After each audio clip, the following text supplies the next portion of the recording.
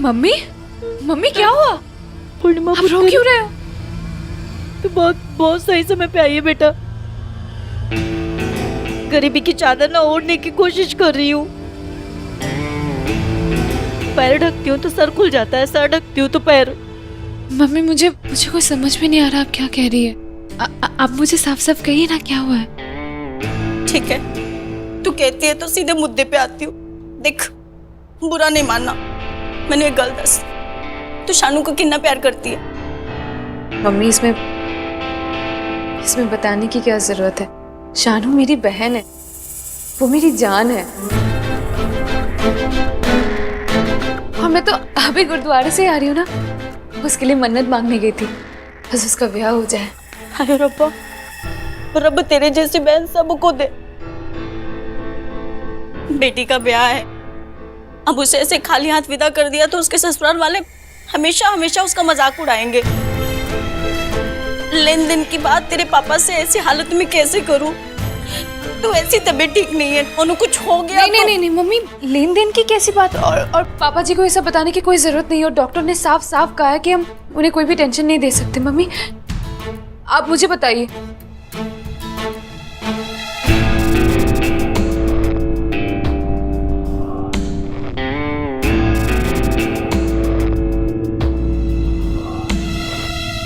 मैं जानती हूँ अगर तेरी माँ की निशानी है, मैं तुझे इससे अलग नहीं कर सकती, पर अभी कोई दूसरा रास्ता नहीं है मेरे पास। अभी के लिए अगर गिरवी रख दें, एक बार शानू का ब्याह हो जाए, तेरे पापा जी की तबीयत ठीक हो जाए ना, जैसे पैसे आएंगे छुड़ा लेंगे हम। नहीं मम्मी, नहीं मम्मी, अब क्या बोल रही है? ये घर हम गिरवी नहीं रख सकते, और पापा जी को पता चल जाएगा तो वो बहुत नाराज होंगे। और वैसे भी उनकी मर्जी के बिना हम इतना बड़ा फैसला नहीं ले सकते।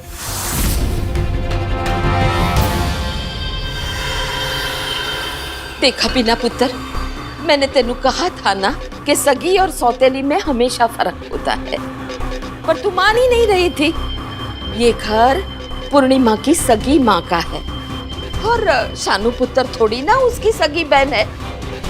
और सौतेली बहन के लिए कोई थोड़ी ना घर गिरवी रखता है। कोई बात नहीं पुत्र, तेरी दिमाग में जो, तेरी मर्जी में जो आए ना, वो ही करना। ज्यादा से ज्यादा क्या होगा, समधन जी रिश्ता तोड़ देंगे और शानू का ब्याह नहीं होगा। नहीं नानी, ऐसा कुछ भी नहीं होगा। शानू का ब्याह होके रहेगा। और वैसे भी मैंने आज तक कभी शानू को या मम्मी को सौतेला नहीं समझा। वो मेरे अपने हैं। रहने दे बेटा, कोई बात नहीं। सही है बेबे, अगर उसकी माँ की निशानी है, वो गिरवी नहीं रखना चाहती, सही है।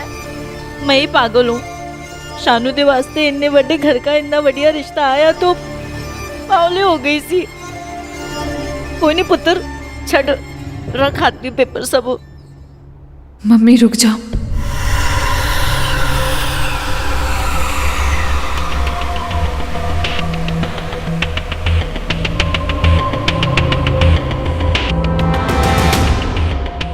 पेपर्स दीजिए, मैं साइन कर दूंगी।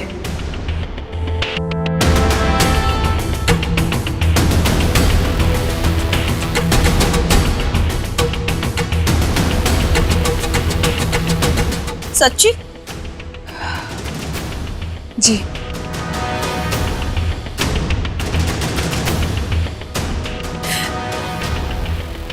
ठीक है बेटा, एले कर दे साइन।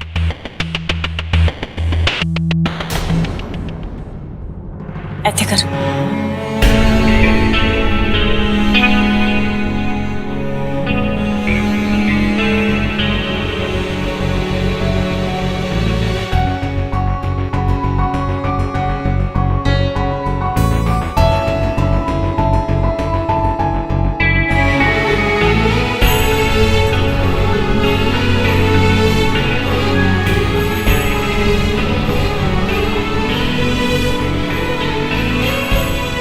इधर कर दे बेटा।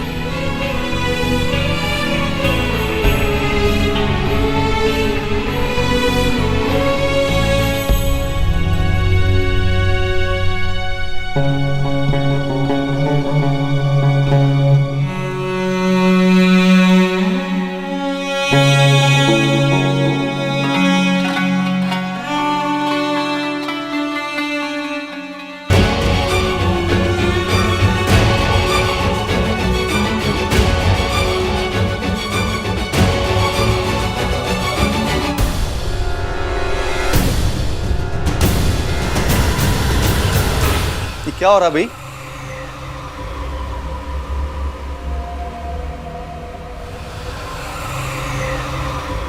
हो की रहा है?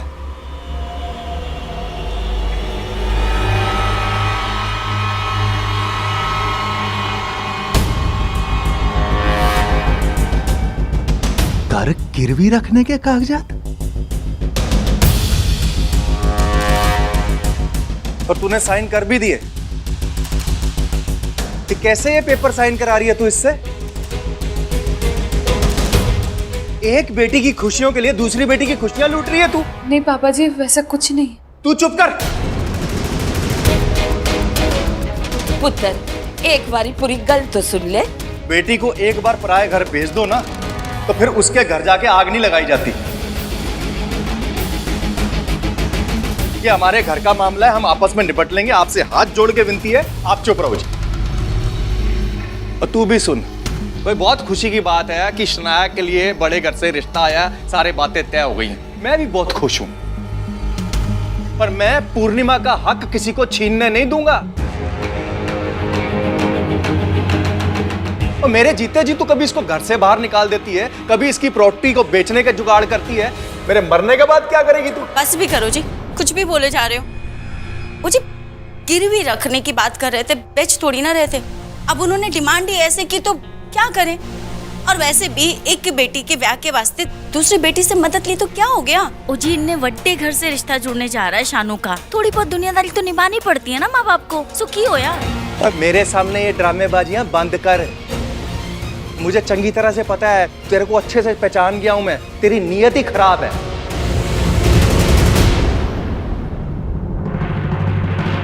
अरे समझियों को तो पता था कि हम कौन है, कैसे हैं, क्या हैसियत है हमारी, तो फिर ये डिमांड कैसी? खुद चलकर आए थे इस चौखट पे रिश्ता मांगने, हम तो नहीं गए थे उनके पास में। और जब से ये रिश्ता आया है वो कोई ना कोई शर्त पे शर्त लगाए जा रहे हैं। और तू भी बिना सोचे समझे लाई लागू हो जा रही।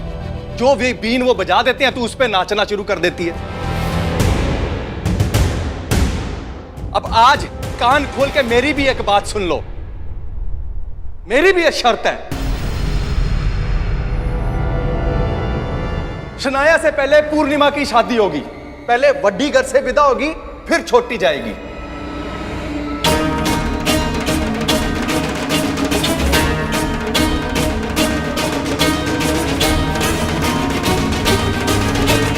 अब शादी होगी तो दोनों की होगी, वरना एक की भी नहीं होगी। समझ में आई बात?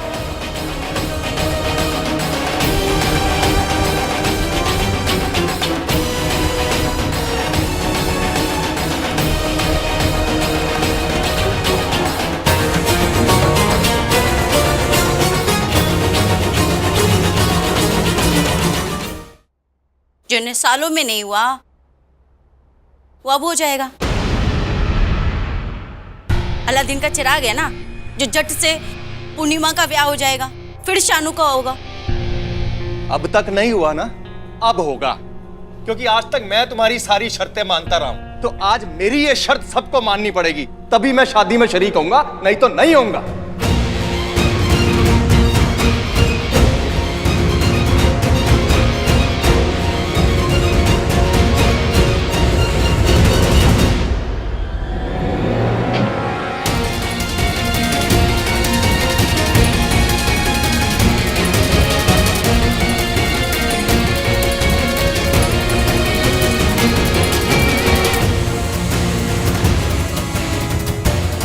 ठीक है, बेटी पैदा की ना मैंने,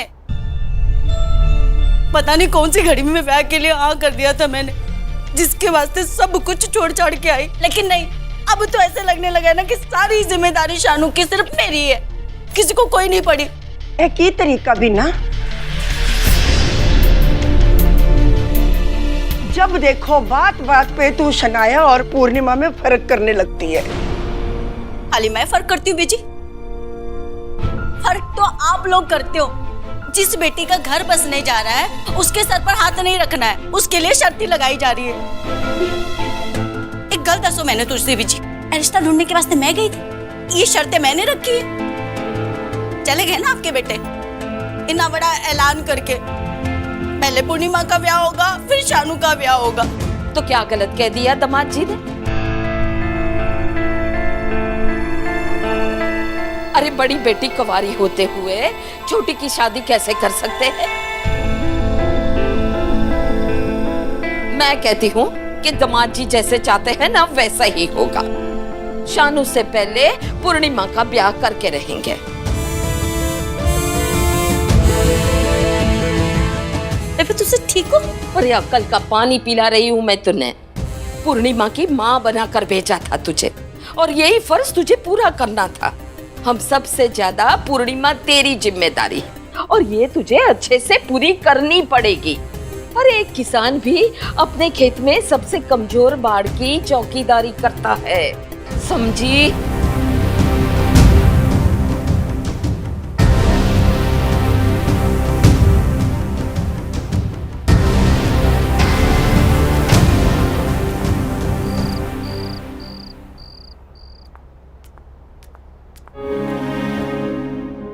अब मुझे किसी की शक्ल नहीं देखनी और जिंदा भी रहना है मैनू। खाना भी खा लूंगा और दवाई भी पी लूंगा। मुझे किसी को याद दिलाने की भी जरूरत नहीं है। पापा जी का मूड बहुत खराब है और ऐसे में इन्हें अपनी जिद से हिलाना आसान नहीं होगा।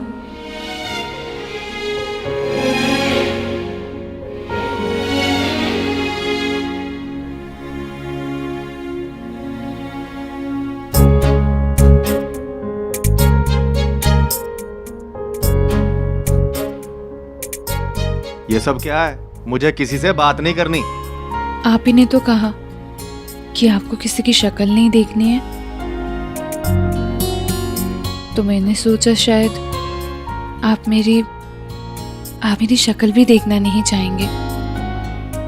लेकिन मैं अपना फर्ज कैसे भूल सकती हूँ? और आप ही कहते हैं ना, माँ हमेशा कहा करती थी कितना भी गुस्सा कर लो लेकिन दवाई खानी है ना। पापा जी वो बस, मुझे पता है तू यहाँ मुझे किस बात के लिए मनाने आई है। जो तू मस्केबाजी करने वाली है ना, ये मेरे ऊपर नहीं चलने वाली। समझ में आई बात? क्या ये ड्रामा है? उतार इसको। किस खोते ने बोला मैं तेरी शक्ल नहीं देखना चाहता? एक बात मेरी कान खोल के सुन ले, अगर मरी हुई माँ भी तेरी जिंदा होके आ जाए ना और ये कहे, तो भी मैं शर्त वापस लेने वाला नहीं। पापा जी इतना गुस्सा ना आपकी सेहत के लिए अच्छी बात नहीं है। और वैसे भी आप जब गुस्सा करते ना, आप बिल्कुल बच्चों जैसे जिद करने लग जाते हैं। पापा जी अपनी ये जिद छोड़ दीजिए ना, और आपने जो शर्त रखी है मेरी शादी वाली, प्लीज वो शर्त वापस ले लीजिए आप। और बिल्कुल नहीं। कैसे जाने दूं ऐसे? हाँ, मैं आपको बिल्कुल नहीं जाने दूंगी।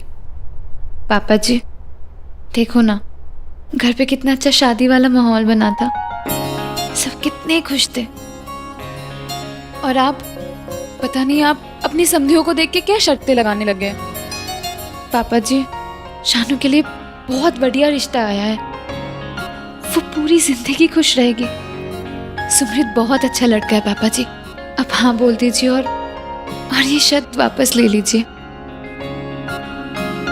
मेरे नसीब में जो लिखा है ना पापा जी, देखना वो जरूर होगा। प्लीज ये शर्त वापस ले लीजिए। पुत्र, आज तक तूने जो कुछ भी कहा है ना, मैंने माना है।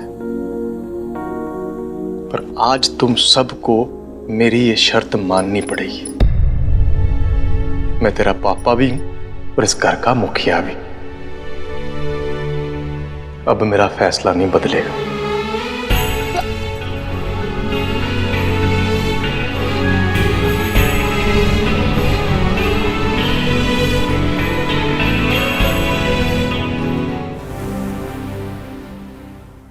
अरे ये ले पुत्र, थोड़ा सा मक्खन खा ले। नानी ये क्या है? इतना मक्खन और इतना घी? ये पराठे में घी लगाया है कि पराठे को घी में नहलाया है? इतना खाओगी ना नानी तो 4 दिन में 4 किलो वजन बढ़ जाना है मेरे। चुप कर। अरे थोड़ा सा मक्खन और मलाई खा लेगी तो तेरा रंग भी निखर जाएगा। और वैसे भी तेरी सास को गोरा चिट्टा रंग बहुत पसंद है ना। तेनू पता है, तू जब पैदा होने वाली थी ना, तब मैंने तेरी माँ को भर भर के घी खिलाया था, तब जाके मिस अमृतसर पैदा हुई। ओहो बेबे, तब का टाइम अलग था। इसे ना मॉडलिंग करनी है। मिस अमृतसर ऐसी नहीं बनी। एले बेटा, कम मक्खन वाला खा। बेबे कल दसो मैनू, इसे तो अपने मक्खन मिलाई खिला देना है। और वो जो काली कोयल अंदर है उसका क्या? आपकी दामाद ने इतनी बड़ी शर्त रख दी है, सोने के बाजार में कोयला बेचने चले। दिमाग खराब हो रखा है सी मेरा। कहाँ से ढूंढेंगे उसके लिए लड़का? तेरा तो टेंशन में है ना, 4 कदम भी दिमाग नहीं चलता। अरे पुत्र, तूने अपनी माँ का असली रंग देखा ही कहाँ है? तेनू पता है, एक रिश्ता है मेरे दिमाग में, इससे सब परेशानी दूर हो जाएगी।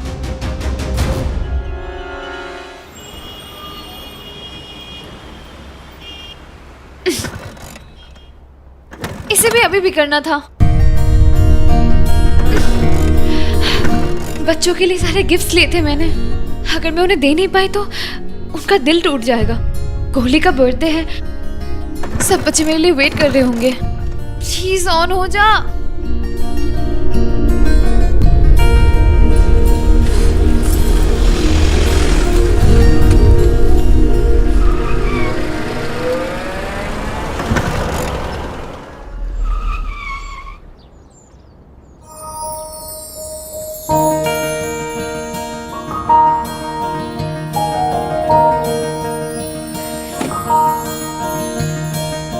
लगता है आपकी स्कूटी खराब हो गई है, मैं कहीं छोड़ दूं?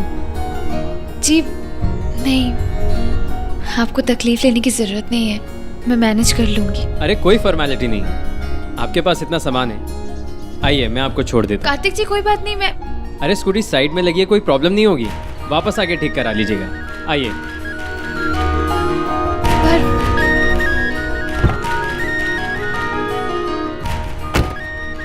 आइए ना प्लीज। कार्तिक जी, कोई प्रॉब्लम नहीं है, आइए आइए। मैं आपको वापस भी छोड़ दूंगा। ये लीजिए।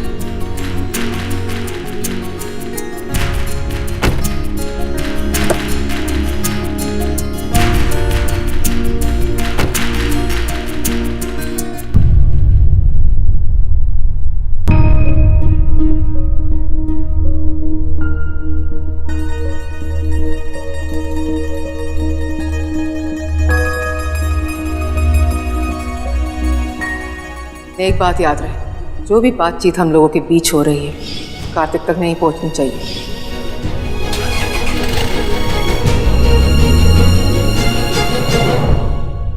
बहुत लेट हो गई हूँ। बेचारा गोली मेरे लिए इंतजार कर रहा होगा। गोली? गोली मेरे क्लास में एक बच्चा है ना, उसका नाम है। आज उसका बर्थडे है और इसीलिए तो ये सामान में लेके जा रही हूँ उसके बर्थडे पार्टी के लिए। तुम्हें अपनी क्लास के हर बच्चे का बर्थडे याद रहता है? डेट्स के मामले में मेरी याददाश्त बहुत तेज है और मेरे सारे बच्चे मेरे लिए बहुत स्पेशल है। उनके माँ बाप इतने काबिल नहीं है कि उनके पढ़ाने का खर्चा उठा पाए। 2 वक्त की रोटी दे दे, ये उनके लिए बहुत बड़ी बात है।